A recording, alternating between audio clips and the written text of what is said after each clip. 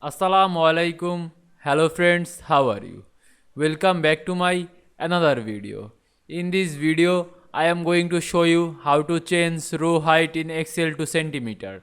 Let's get started. At first, you have to open your Microsoft Excel software. Then create your spreadsheet or open your default spreadsheet. Now you can see here are my spreadsheet. Now I change this row height in Excel to centimeter. Select this row height, then go to file menu, then click option, then go to advanced. Now go display menu. Now you can see here are display.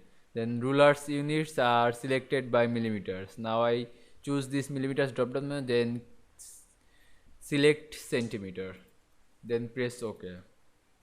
Now right click on this row and click row format. Now increase or decrease row height to centimeter. Now I increase row height 50 to 30, then press OK.